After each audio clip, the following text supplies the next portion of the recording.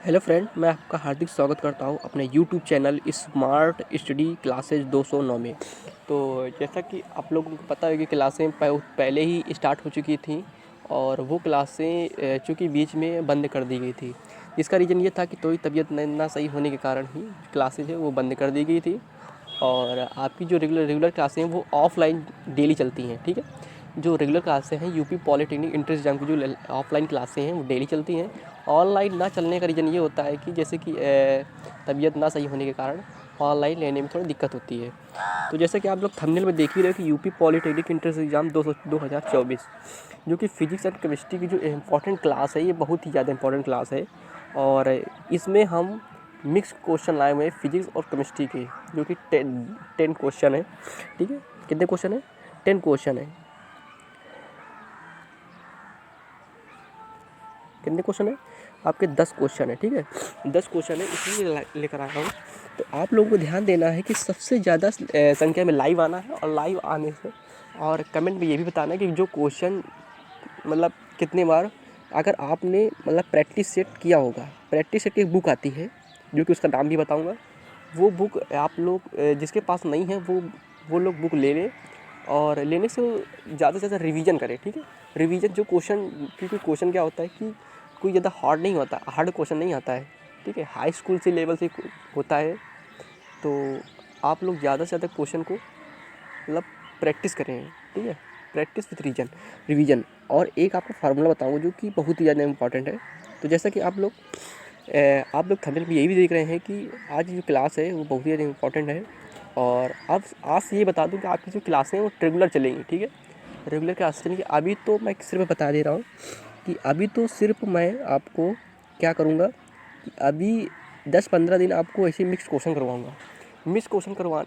इसके बाद मैं आपको चैप्टर वाइज क्वेश्चन करवाऊँगा। देखो, समय आपके पास काफ़ी पर्याप्त है। ठीक है, समय जो आपके पास है वो काफ़ी पर्याप्त है और जो कि आप अच्छे से मतलब अच्छे से प्रैक्टिस कर सकते हो, तैयारी कर सकते हो, जिसके तौर पे आपको घबराने की कोई दिक्कत नहीं है। ठीक है, घबराने की कोई भी दिक्कत नहीं है कि आप परेशान होते हो, क्योंकि आपको पता ही है कि जो आपका जो यूपी पॉलिटेक्निक एंट्रेंस एग्ज़ाम की जो डेट है, ऑफिशियली डेट है, ठीक है, वो क्या करा दी गई, बढ़ा दी गई है। जिसके कारण कि अभी सभी लोग जो भी बच्चा अभी फॉर्म डाल ना पाया हो वो जल्दी से फॉर्म डाल दे। ठीक है, जिसको पॉलिटेक्निक करना है। ठीक है, तो चलिए मैं क्वेश्चन लेके आया हूँ, उन क्वेश्चन की बातों में चर्चा होगी। ठीक है, तो जैसा कि आप लोग खुद ही देख रहे हो। ठीक है, देखो, ये आपको पता है, ये आपके चैनल का नाम है। ठीक है, ये आपके चैनल का जो नाम है वो क्या है? आपके जो चैनल का नाम है वो है स्मार्ट स्टडी क्लासेस 209। ठीक है, ये आपके चैनल का नाम है। क्योंकि चैनल का नाम जो है, तो क्लासें लाया हुआ फिजिक्स एंड केमिस्ट्री की क्लासें। ठीक है, फिजिक्स एंड केमिस्ट्री क्लासें लाया हुआ हूँ। इसके बाद में चलिए, इसके बाद में देखो, ये जो पहला क्वेश्चन है, पहला क्वेश्चन है कि निम्न में से पहला क्वेश्चन नंबर 1, क्वेश्चन नंबर कौन सा है? क्वेश्चन नंबर 1 है, कह रहा है कि निम्न में रसायन विज्ञान की प्रमुख शाखा, मतलब रसायन विज्ञान की जो प्रमुख शाखा है वो क्या है? इसका मतलब ये है कि जो रासायन विज्ञान है, इसकी उत्पत्ति कैसे हुई और इसकी शाखा मतलब मेन क्या है? तो आपका है कार्बनिक रसायन। क्या है आपका? कार्बनिक। आंसर में क्या आ गया? कार्बनिक रसायन। तो क्वेश्चन नंबर 1 हो गया। क्वेश्चन नंबर 2 पे आते हैं। क्वेश्चन नंबर 2 पे आता है तो लिखा है निम्न में से जर्मनासी है।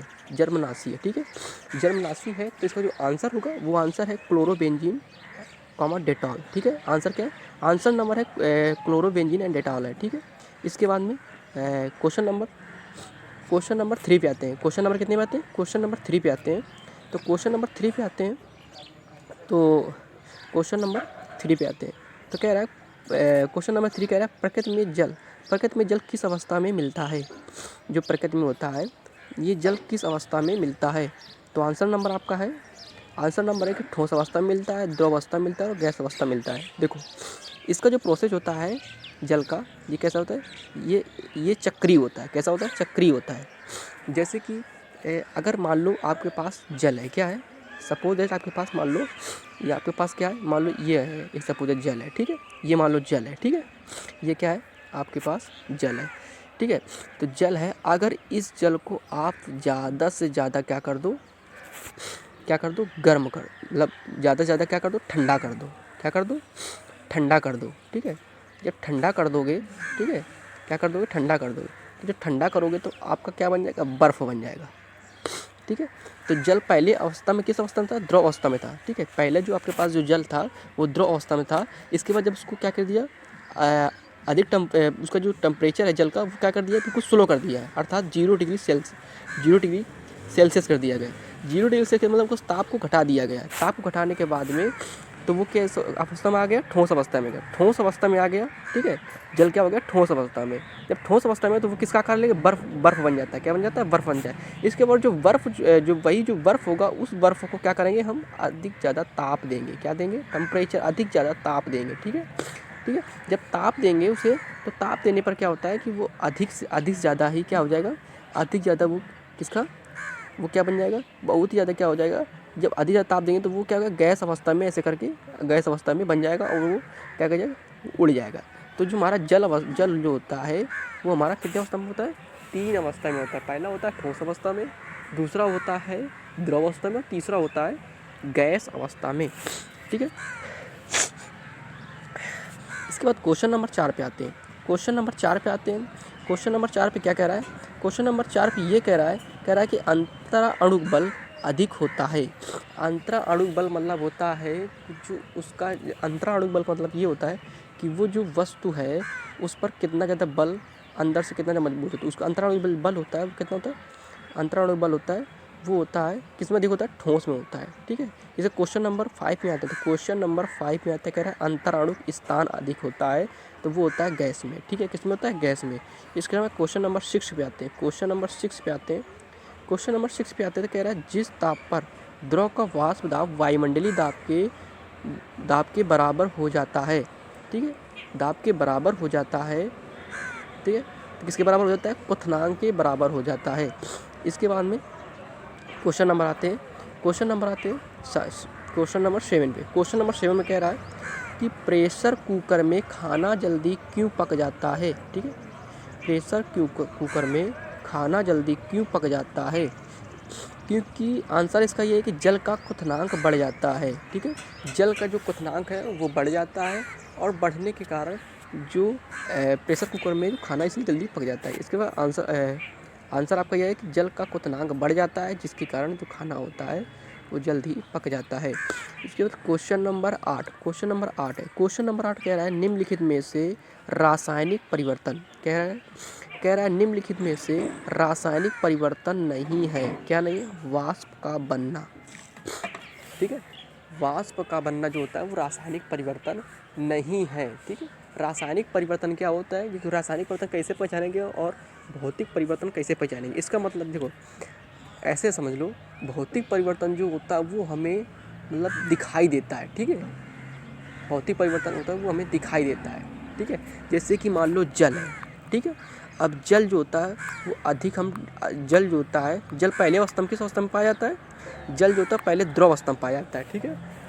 उसका टेम्परेचर डाउन करने से हमको क्या बन जाता है, वो एक कठोर हो जाता है जो कि बर्फ रूप में मिलता है, ठीक है। अब इसका टेम्परेचर उसका अधिक करने पर, अगर ताप अधिक करने पर वो क्या होता है, गैस अवस्था में हो जाता है। तो ये जो तीनों अवस्थाएं होती हैं, जो जल की जो तीनों अवस्थाएं होती हैं, इस अवस्था में हमको देखने मिलता है कि कब ठोस हुआ, कब द्रव हुआ, कब गैस हुआ। तो ये हमारा कैसा परिवर्तन हो गया, ये हमारा भौतिक परिवर्तन हो जाता है। रासायनिक परिवर्तन है, जैसे कि आप एग्जाम्पल में ले लो, जैसे जंग का लगना, ठीक है। किसी लोहे पर जंग का लगना, ठीक है।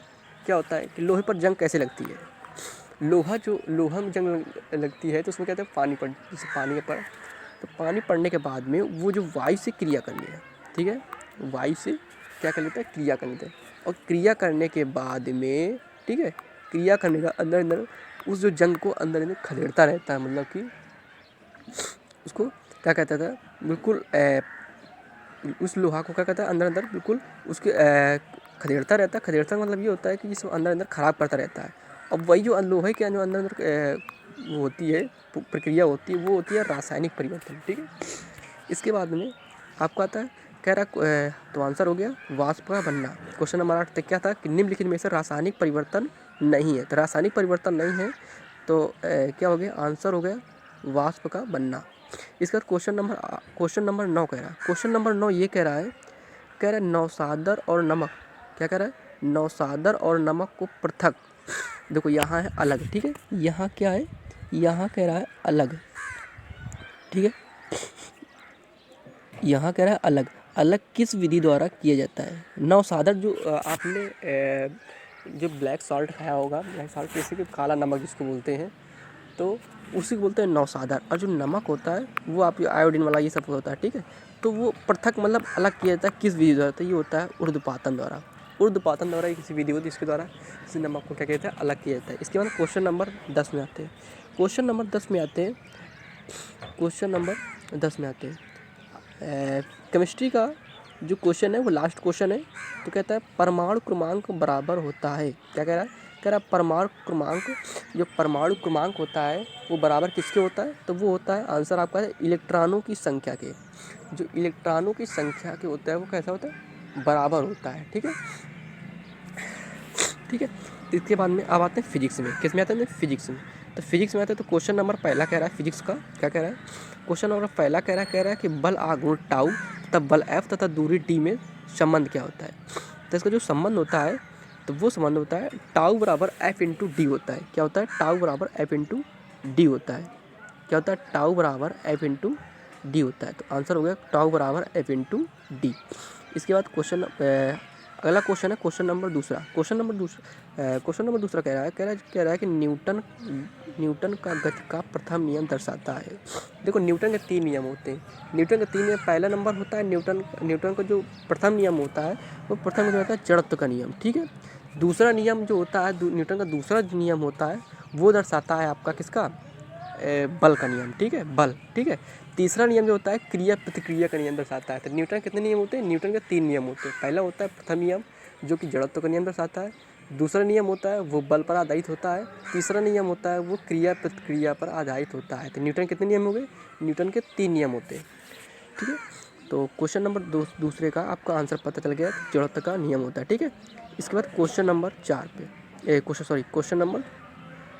3 पे, क्वेश्चन नंबर 3 पे ये कह रहा है कि रॉकेट किस सिद्धांत पर कार्य करता है। रॉकेट किस सिद्धांत पर कार्य करता है, तो रेखीय संवेग संरक्षण सिद्धांत पर कार्य करता है, ठीक है।